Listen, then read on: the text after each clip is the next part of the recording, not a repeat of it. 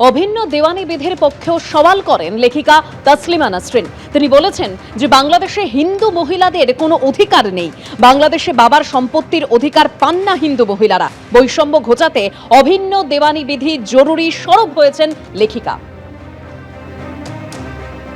অভিন্ন দেওয়ানি বিধি তো সেটার জন্য আমি 40 বছর ধরে সংগ্রাম করছি।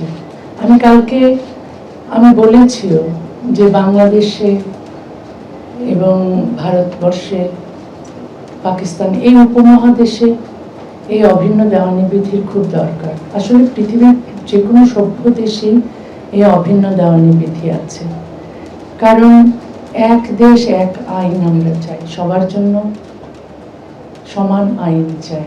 বিশেষ করে নারীরা ধর্মীয় আইনের অধীনে যদি থাকে তাহলে তাদের বিরুদ্ধে বৈষম্য আমরা দেখি, নির্যাতন দেখি।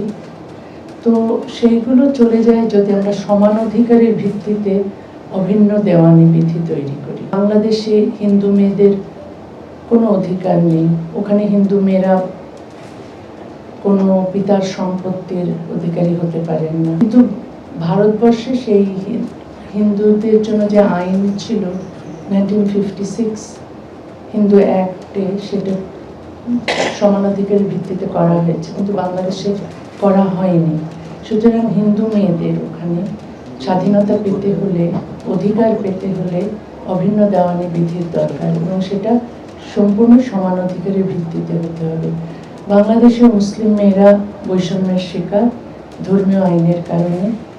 তো এই সমস্ত বৈষম্য চলে যাবে যদি অভিন্ন দেওয়ানি বিধি সমানাধিকারের ভিত্তিতে করা হয়।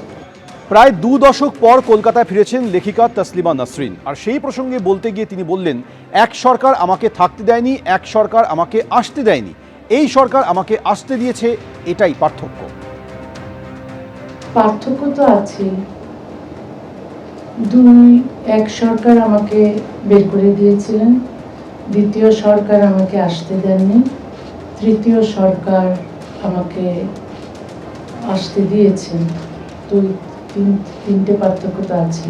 আমি বিশ্বাস করতে চাই যে এই সরকার মত প্রকাশের অধিকারে বিশ্বাস করেন, এই সরকার বাক স্বাধীনতায় বিশ্বাস করেন। শুধু আমি আসতে পেরেছি,